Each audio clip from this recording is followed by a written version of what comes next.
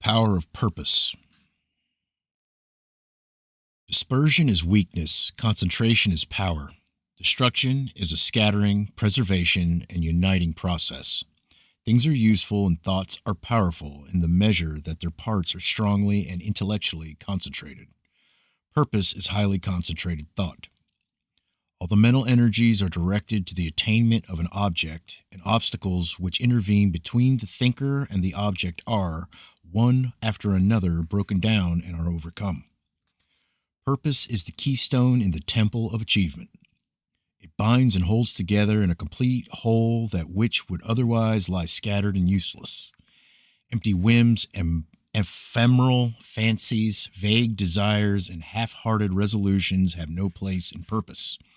In a sustained determination to accomplish, there is an invincible power which swallows up all inferior considerations and marches direct to victory.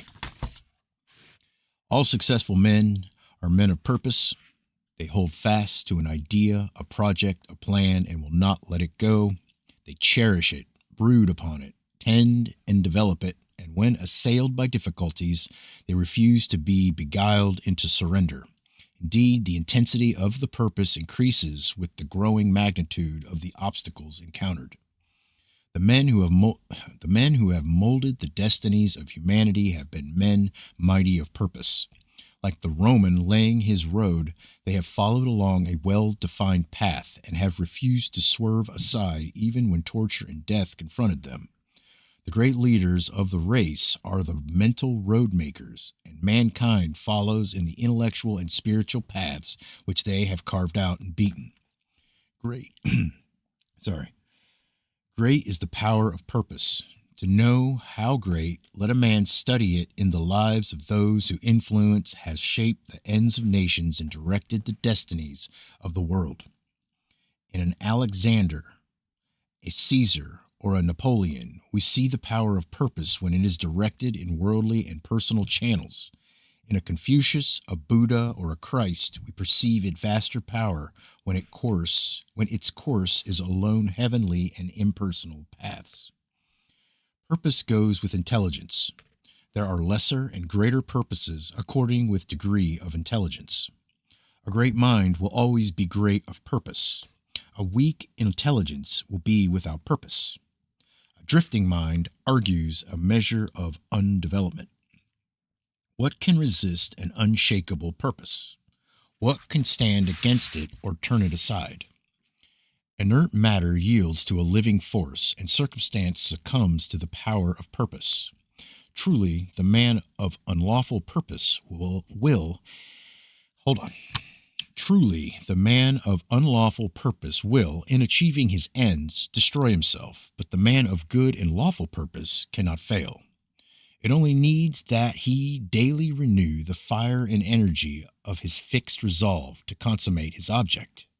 The weak man who grieves because he is misunderstood will not greatly achieve. The vain man who steps aside from his resolve in order to please others and gain their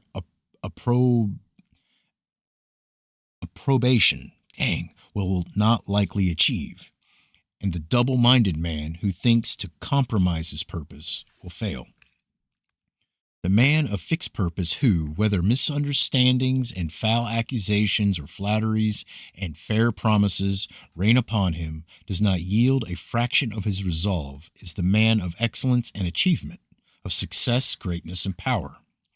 Hindrances stimulate the man of purpose, difficulties nerve him to renowned exertion, mistakes, losses, pains do not subdue him, and failures are steps in the ladder of success, for he is ever conscious of the certainty of final achievement. All things at last yield to the silent, irresistible, all-conquering energy of purpose. Out of the night that covers me, black as the pit from pole to pole, I thank whatever gods may be for my unconquerable soul. In the fell clutch of circumstance, I have not whined nor cried aloud under the bludgeoning of chance. My head is bloody but unbowed. It matters not how strait the gate, how charged with punishment the scroll. I am the master of my fate. I am the captain of my soul. How much is left?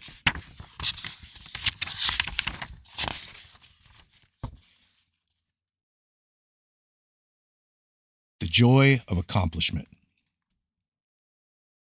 Joy is always the accomplishment of a task successfully accomplished.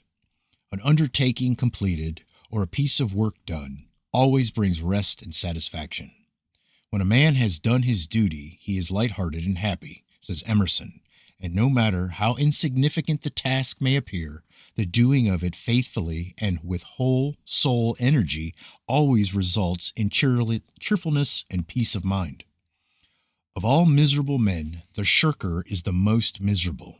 Thinking to find ease and happiness in avoiding difficult duties and necessary tasks, which require the expenditure of labor and exertion, his mind is always uneasy and disturbed. He becomes burdened with an inward sense of shame and forfeits manliness and self-respect. He who will not work according to his faculty, let him perish according to his necessity, says Carlyle. And it is a moral law that the man who avoids duty and does not work to the full extent of his capacity does not actually perish, first in his character and last in his body of circumstance. Man, I read that wrong. Let me just read that sentence again. Got flustered.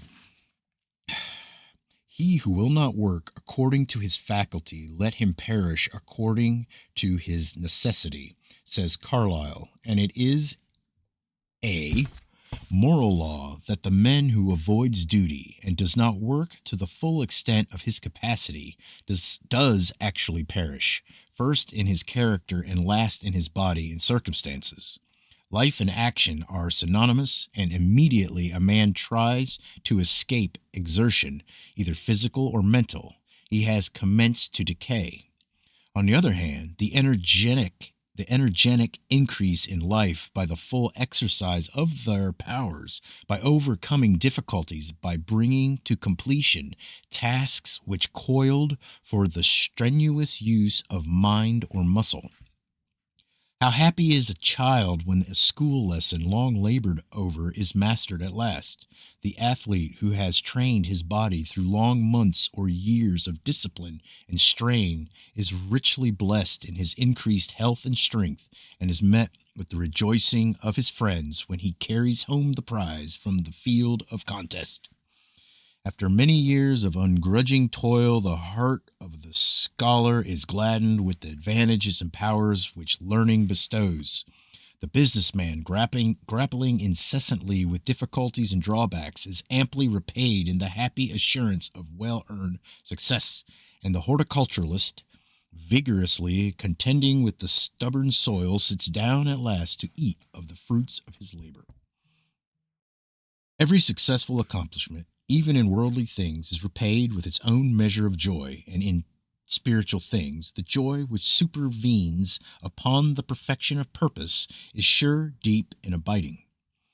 Great is the heartfelt joy, I'll bet ineffable, when, after innumerable and apparently unsuccessful attempts, some ingrained fault of character is at last cast out to trouble its erstwhile victim and the whole world no more.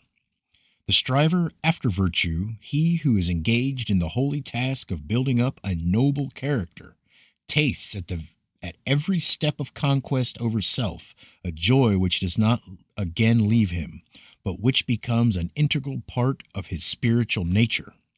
All life is a struggle. Both without and within there are conditions against which man must contend. His very existence is a series of efforts and accomplishments, and his right to remain among men as a useful unit of humanity depends upon the measure of his capacity for wrestling successfully with the elements of nature without, or with the enemies of virtue and truth within. It is demanded of man that he shall continue to strive after better things, after greater perfection, after higher and still higher achievements, and in accordance with the measure of his obedience to this demand does the angel of joy wait upon his footsteps and minister unto him. For he who is anxious to learn, eager to know, and who puts forth effort to accomplish, finds the joy which eternally sings at the heart of the universe. First in little things, then in greater, and then in greater still, must man strive, until at last he is prepared to make the supreme effort and strive for the accomplishment of truth, succeeding in which he will realize the eternal joy. The price of life is effort. The acme of effort is accomplishment. The reward of accomplishment is joy. Blessed is the man who strives against his own selfishness. He will taste in its fullness the joy of accomplishment.